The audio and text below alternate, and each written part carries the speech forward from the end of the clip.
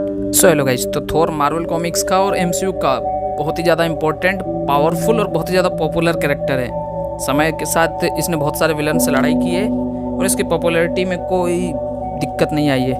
बस इतना समझ लो कि भाई थोर पर 4 मूवीज़ बन चुकी है एमसीयू में। इसकी पॉपुलैरिटी को अच्छे से दर्शाती है ये मूवीज़। और ये अलग बात है कि सभी मूवीज़ उतना अच्छा परफॉर्म नहीं करी और उतना अच्छे से बनाया नहीं गया, पर इसमें थोर के कैरेक्टर की कोई गलती नहीं है। भाई डायरेक्टर, राइटर ये सब जाने कैसी मूवीज़ बनाना है। बाकी इसके विलन्स बहुत ही ज़्यादा अच्छे थे, मतलब इस सभी विलन्स को हमने देखे अभी तक, वो काफ़ी अच्छे थे। उनको अच्छे से लिखा नहीं गया है मूवीज़ के लिए, लेकिन कॉमिक्स में भाई थोर के विलन्स के जलवे हैं। तो आज की इस वीडियो में हम बात करने वाले हैं top 20 most powerful villains of Thor. और पॉपुलर भी होंगे वो लोग, इसीलिए उनको रैंक करेंगे हम लोग टॉप 20 में। आज की इस वीडियो में टॉप 10 की बात नहीं करेंगे, हम टॉप 20 की बात करेंगे, क्योंकि थोर के विलन्स भाई बहुत ही ज़्यादा फेमस भी हैं और ताकतवर भी हैं और गॉड हैं लगभग। बहुत सारे तो गॉड से अलग अलग रियम्स से आते हैं और कनकर करने की कोशिश करते हैं 9 रियम्स को।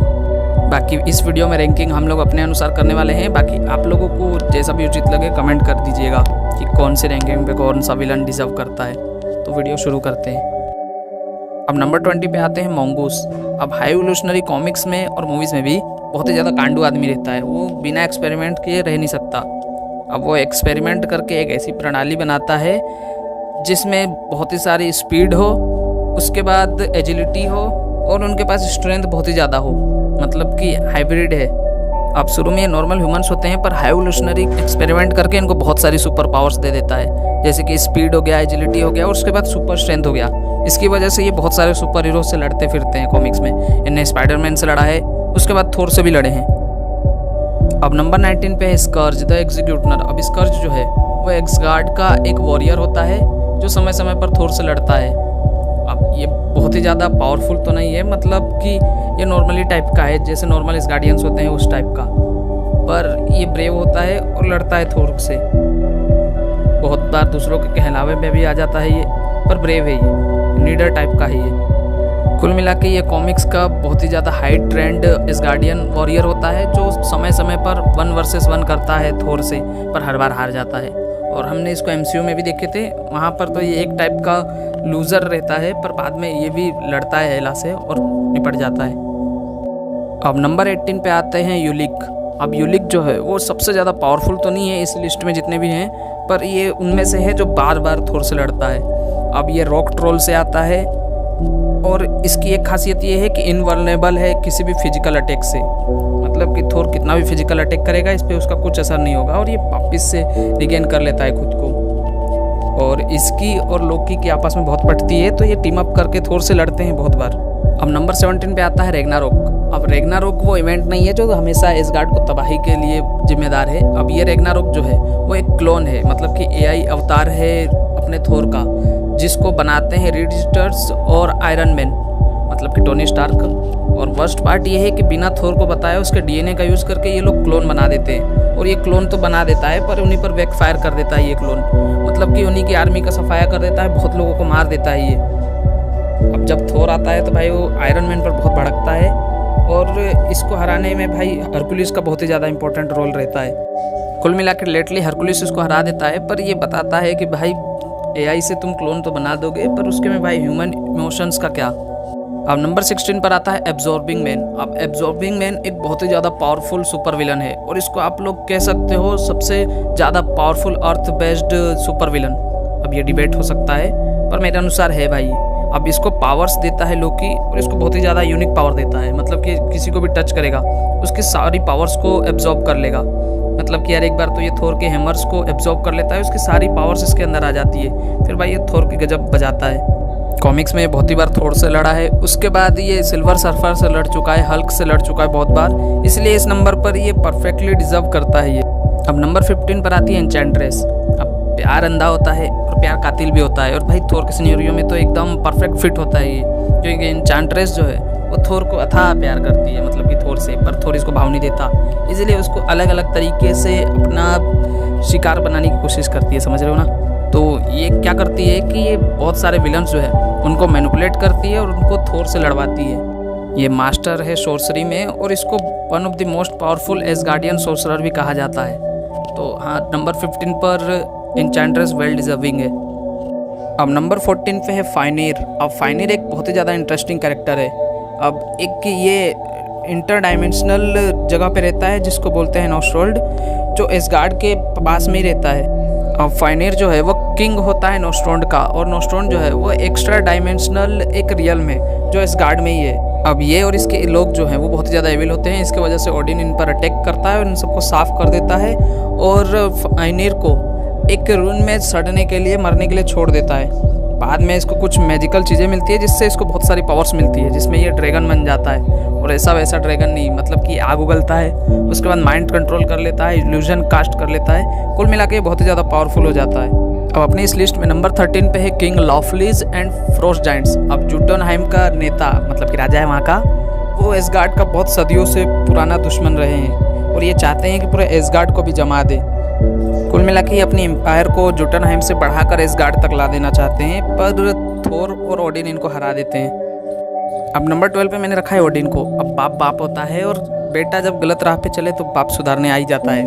यहाँ पर कॉमिक्स में थोर और ओडिन की बहुत ही बार फाइट हुई है, और हर बार ओडिन जीता है। अब इसको इस लिस्ट में नीचे इसलिए नहीं रखे हमने, मतलब कि टॉप 10 में, क्योंकि भाई वो अच्छाई के लिए थोर से लड़ता है, क्योंकि थोर कॉमिक्स में बहुत ही बार बहक भी जाता है। इसलिए नंबर 12 पे सबसे ज़्यादा डिजर्विंग है वो है ओडिन। अगर पावर रैंकिंग में बात करेंगे तो भाई ये टॉप 3 में तो आराम से आ जाएगा ओडिन, पर यहाँ पावर रैंकिंग में नहीं, हम लोग विलन्स में बात कर रहे हैं। वैसे विलन भी नहीं आएगा ओडिन तो, पर फिर भी। अब नंबर 11 पर हमने रखे हैं द डिस्ट्रॉयर आर्मर को। अब द डिस्ट्रॉयर आर्मर बहुत ही ज़्यादा पावरफुल एक आर्मर है।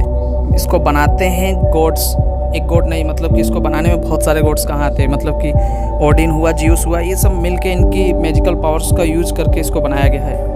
अब ये इतना पावरफुल है कि क्या बताया जाए। ये टॉप 10 में इजीली फिट हो सकता है, पर इसको चलाने वाले पर डिपेंड करता है इसको कैसा यूज करे।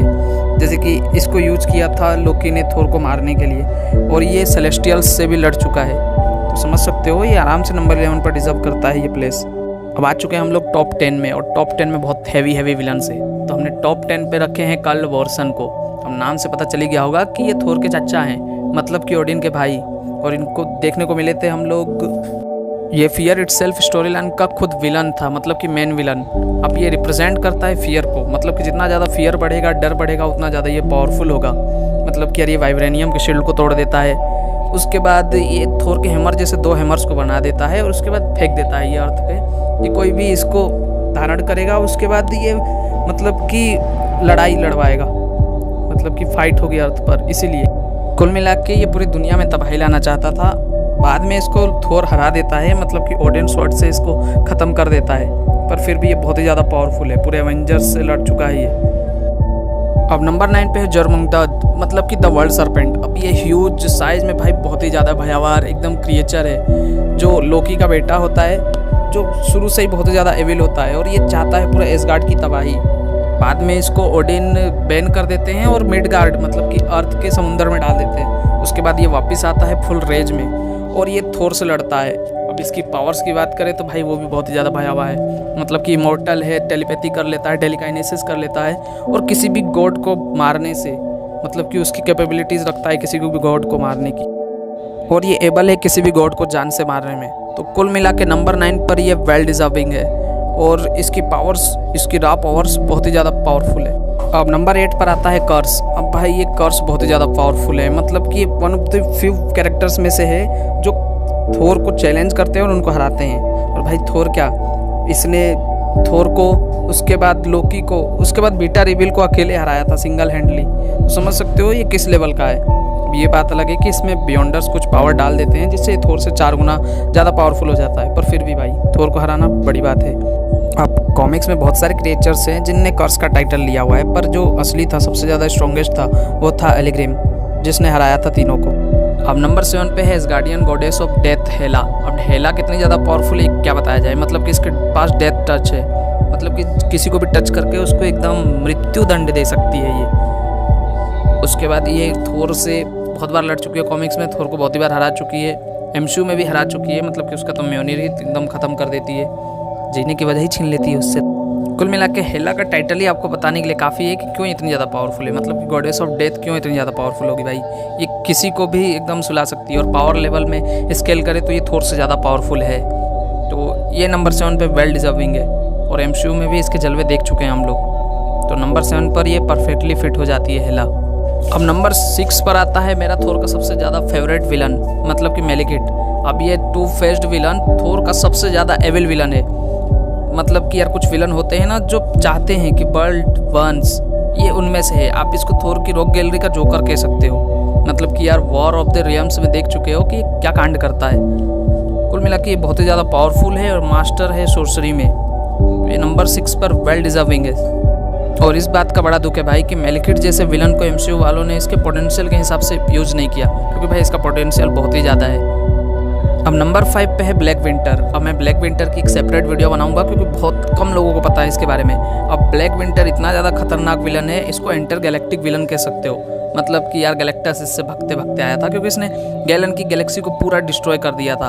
और गैलेक्टस थोर को हेल्प मांगने आता है, उसके बाद उसको अपना हेराल्ड बना देता है, जो होता है थोर का one of the most powerful versions में से एक। अब गैलेक्टस जैसा कॉस्मिक एंटिटीज थोर से हेल्प मांगने आता है और उसको अपना हेराल्ड बनाता है। इसके बाद थोर को रियलाइज़ होता है कि गैलेक्टस और ब्लैक विंटर की आपस में लड़ाई है, तो ये उस लड़ाई से पीछे हट जाता है।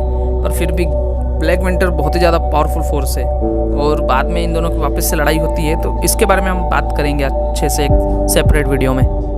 अब नंबर 3 पे है मैंगोक। अब मैंगोक को आप लोग कह सकते हो कि पूरे मार्वल कॉमिक्स के फिजिकली सबसे ज़्यादा पावरफुल कैरेक्टर्स में से एक है। अब ये बना है बिलियंस ऑफ लोगों के कलेक्टिव हेट से। मतलब कि यार पूरे प्लेनेट को डिस्ट्रॉय कर देता है ओडिन एक फाइट में, जिसके नतीजे निकलते हैं कि उनके जो गुस्सा है उनसे बनता है मैंगोक। अब आप लोग इसको डायरेक्टली मतलब कि कंपेयर कर सकते हो डूम्सडे से। डीसी का डूम्सडे भी है, वो सेम इसी की तरह खूब बहुत ही ज़्यादा पावरफुल है और फिजिकली स्ट्रेंथ है उसकी भी अच्छी खासी। अब उसकी कहानी अलग ही चलती है, तो उसके बारे में बात करेंगे। उसकी ओरिजिन स्टोरी ज़्यादा दिलचस्प लगती है थोड़ी, क्योंकि उसके लेयर्स बहुत सारे हैं। अब मैंगोक जो है वो थोर से कई बार लड़ा है और कई बार उसको हराया है, और मार्वल कॉमिक्स में बहुत ही कम कैरेक्टर्स हैं जिनने मैंगोक को हराया है। बस इतना समझ लो कि इसको हराना है तो आपको एंटायरली एग्जिस्टेंस से इसको हटाना होगा, जैसा थोर यूनकिंग थोर करता है। अगर इसकी कुछ फीट्स की तो देखो इसके पास अनलिमिटेड स्टेमिना है। तो इसने ओडिन को और ज्यूस को अकेले हराया है, म्योनिर को लिफ्ट करा है, म्योनिर को डिस्ट्रॉय करा है, उसके बाद ओडिन को, कल्बर्सन को, हेमडाल को, थोर को, डिस्ट्रॉयर को, सबको अकेले हराया है इसने। कुल मिला के मैंगोक एक बीस्ट है जिसको रोकना मुश्किल है। अब इसको रोकना है तो आपको या तो कोई कॉस्मिक एंटिटी लाना पड़ेगा जिसके पास रियलिटी वॉपिंग की, रियलिटी को इरेज करने की क्षमता हो, नहीं तो आप इससे लड़ नहीं सकते। इस टाइप का ये विलन है। अब नंबर 2 पर आता है लोकी। अब भाई जैसा दोस्त, भाई जैसा दुश्मन कुछ भी नहीं होता है। मतलब कि यार ये दोनों आपस में बहुत सारे मिशन भी करे हैं और एक दूसरे के खून के प्यासे भी हैं, और बहुत सारी स्टोरी लाइन में लोकी तो भाई थोर को मार भी चुका है और उसके बदले एसगार्ड का रूलर भी बन चुका है। और भाई आजकल तो लोकी के बारे में परिचय भी नहीं दे सकते अपन लोग, इतना ज़्यादा पॉपुलर है लोकी। थैंक्स टू टॉम हिडलस्टन, उनकी एक्टिंग की वजह से भाई लोकी अलग ही ऊंचाई पर है। मतलब कि कुछ मार्वल के सुपर हीरोज से भी ज़्यादा पॉपुलर है अभी लोकी। अब इसकी कुछ पावर्स एंड एबिलिटीज़ में बात करें तो ये मास्टर इल्यूजन क्रिएट करने में, शेफ्ट शिफ्टिंग में, और ये सोर्सरी में एकदम बेस्ट है। कुछ और बात करें इसकी छोटी मोटी पावर्स एबिलिटीज़ की तो ये मास्टर है कॉम्बैट में, मैनिपुलेशन में, स्ट्रेटजी और स्किल्स में। ये भी बैटमैन की तरह प्लान के फेल होने का भी ये प्लान बनाता है। उसके बाद स्ट्रेटजीज अच्छी बनाता है ये, हिप्नोसाइसिस जानता है, टेलीपोर्टेशन जानता है, एस्ट्रल प्रोजेक्शन जानता है, और भी बहुत सारी इसकी एबिलिटीज़ है। तो इसीलिए नंबर 2 पे इससे अच्छा कोई नहीं हो सकता लोकी के। अब नंबर 1 पर आता है सर्टर। हाँ, वही फायर जाइंट जिसने थोर रैग्नारोक मूवी में पूरा एसगार्ड को तबाह कर दिया था। अब इसको आप लोग विलन कहो या इसको फोर्स ऑफ नेचर बोलो, जो जिम्मेदार है रैग्नारोक के, मतलब कि डिस्ट्रक्शन के। किसी भी चीज़ का आरंभ होता है तो उसका अंत भी होता है, और ये सिग्निफाई करता है अंत को। मतलब कि जो समय समय पर हर सिविलाइजेशन चेंज होती है, मतलब कि एसगार्ड कई बार बना है, बिगड़ा है, वो उसका उत्तरदायी है। मतलब कि भाई ये ओडिन को, थोर को, लोकी को ऐसे हराता है जैसे कि उनके लिए कुछ भी नहीं है। कुल मिला के आप इसको हरा नहीं सकते हो, इसको आप ट्रैप कर सकते हो कुछ समय के लिए, इसको आप प्रिजन में डाल सकते हो। आप प्रिजन कैसे भी बनाओ, डायमेंशन में भेज दो, पर ये वापस रिटर्न करता ही करता है। और इसके पास एक ऐसी स्वॉर्ड है जो डायमेंशंस को सेटल करने की क्षमता रखती है। तो कुल मिला के पूरे एसगार्डियन मैथोलॉजी में इससे ज़्यादा खतरनाक विलन और इससे ज़्यादा खतरनाक कोई कैरेक्टर नहीं है, क्योंकि भाई ये फोर्स ऑफ नेचर है। और नेचर किसका? डिस्ट्रक्शन का। तो डिस्ट्रक्शन को कैसे रोकोगे भाई? आज नहीं तो कल आएगा ही आएगा। इसीलिए माना जाता है कि सर्टर सबसे ज़्यादा पावरफुल एसगार्डियन है। तो तो यारो यही था आज की इस वीडियो में। आई होप आपको ये थोर की रॉक गैलरी के टॉप 20 पावरफुल विलन्स पसंद आए होंगे। हम यहाँ पर कुछ फिजिकली बहुत ही ज़्यादा पावरफुल थे, कुछ दिमाग से बहुत ही ज़्यादा पावरफुल थे, कुछ साइको भी थे, जैसे हमने मेलिकेट को देखा। तो आई होप आपको ये वीडियो पसंद आई होगी, और वीडियो पसंद आया होगा तो चैनल को सब्सक्राइब जरूर करिएगा।